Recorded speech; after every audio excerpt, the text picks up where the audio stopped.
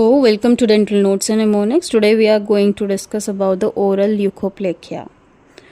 According to World Health Organization, leukoplakia is defined as a white patch or plaque that cannot be characterized clinically or pathologically as any other disease.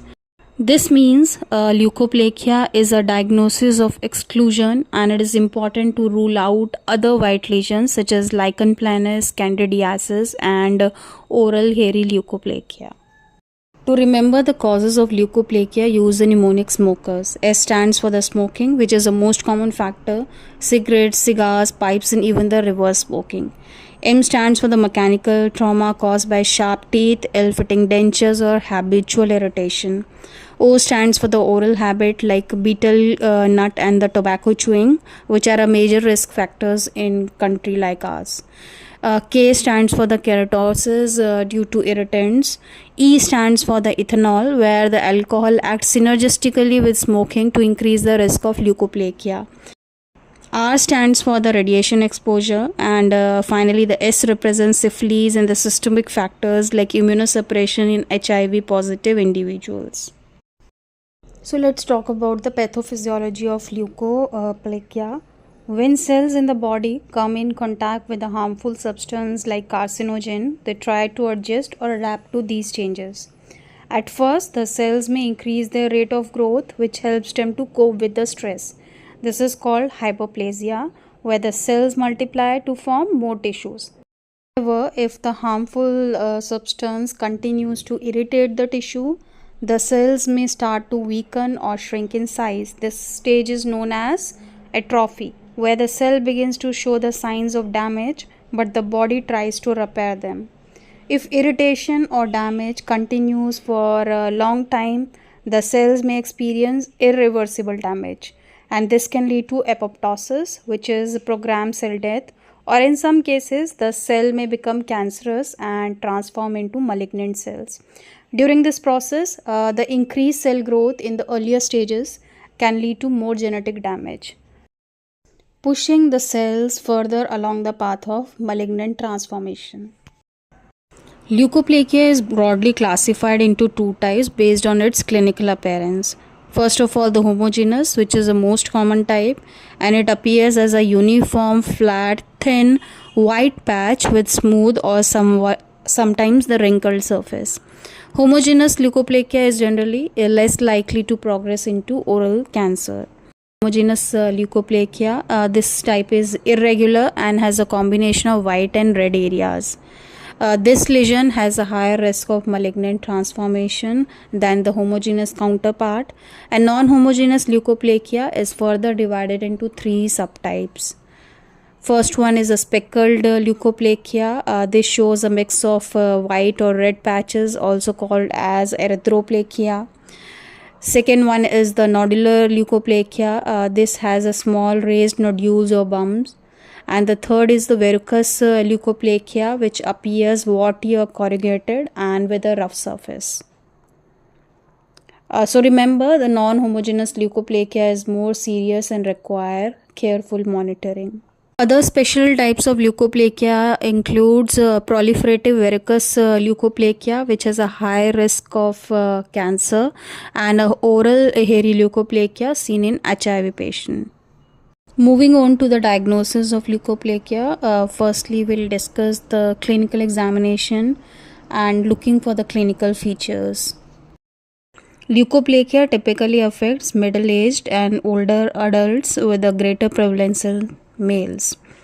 The most commonly affected sites in the oral cavity include the buccal mucosa, the inner lining of the cheek, the lateral border of the tongue, and the floor of the mouth, which is particularly significant due to its high risk of malignant transformation.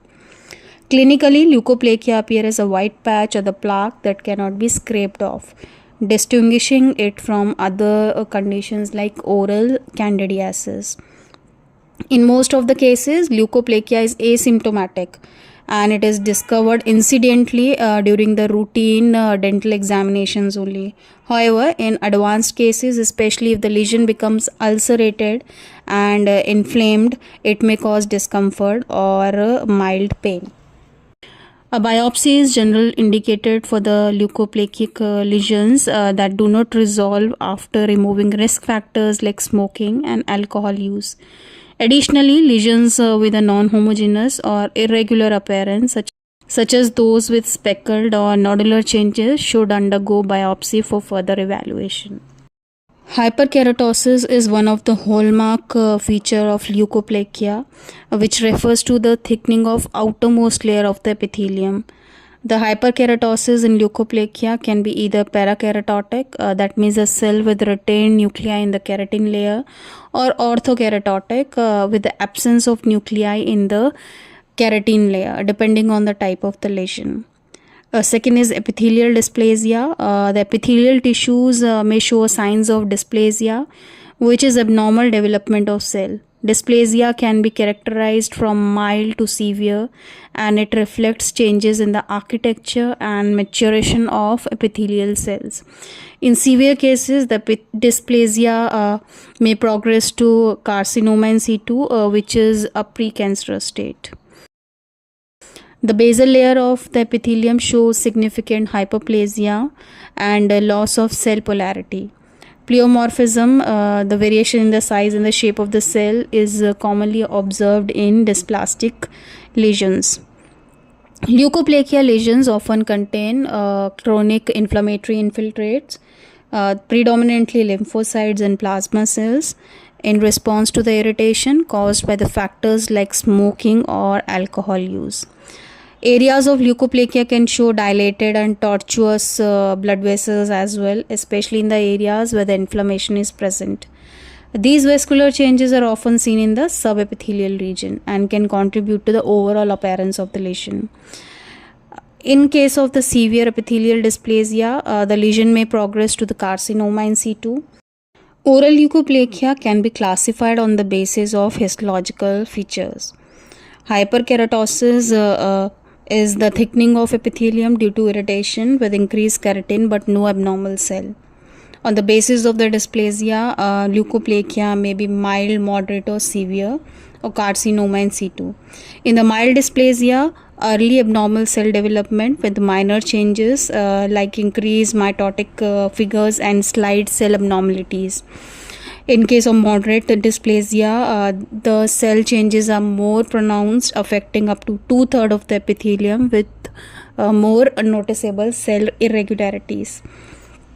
Severe dysplasia shows the significant changes affecting most of the epithelium with pronounced cell abnormalities and higher mitotic activity, indicating a higher risk of cancer. And carcinoma in situ is a severe dysplasia where the entire epithelium is affected, but it has not invaded the connective tissue yet, signaling potential cancer development in the future. Adjunctive test for leukoplakia are exfoliative cytology, where the cells from the lesion surface are examined for the signs of dysplasia or the malignancies. Toluidine blue staining uses a dye which highlights abnormal areas, aiding in the detection of high risk regions. Brush biopsy is a non-surgical method to collect cells from analysis for potential dysplasia. Incisional biopsy of a small tissue sample is taken for histopathological diagnosis. The molecular testing which identify genetic markers such as TP53 mutations which may indicate a higher cancer risk. And HPV testing for detecting high risk HPV strains associated with increased cancer risk. Now let's discuss the treatment and prognosis for leukoplakia. The first step in managing leukoplakia is to eliminate the causative factors. This involves encouraging patients to stop smoking, betel nut chewing, and alcohol consumption. These actions significantly reduce the chronic irritation and lower the risk of further damage or malignant transformation. For low risk lesions like homogeneous leukoplakia without dysplasia, observe the lesion with regular follow-ups every 3 to 6 months. Document any changes in the size, color, or texture during each visit. Histopathological examination is essential for oral leukoplakia, particularly for non-homogeneous lesions like nodular or speckled types, as these lesions have higher risk of malignant transformation. Also, the lesion located in high risk areas such as tongue, floor of the mouth, or soft palate require biopsy due to their predisposition to dysplasia. Persistent or recurrent lesions that do not improve with conservative treatment must be evaluated histologically. For the higher risk lesions, surgical excision is the preferred treatment. This may involve the laser ablation, cryotherapy, or conventional surgical removal of the lesion. These methods help to prevent progression to oral squamous cell carcinoma. Regular follow-up is essential for monitoring the lesion for any change that may indicate malignant transformation. This involves frequent clinical examination and possibly repeat biopsies to assess any dysplastic changes. Adjunctive medications like topical retinoids or vitamin A derivatives, they help in reducing the lesion size and reversing the dysplasia. Corticosteroids. Regarding the prognosis, it depends largely on the type of the lesion. In case of homogeneous leukoplakia, which is flat and uniform, it has a lower risk of malignancy and a better prognosis. On the other hand, non-homogeneous leukoplakia such as speckled, nodular or verrucous forms has a higher risk of malignant transformation, particularly into oral squamous cell carcinoma.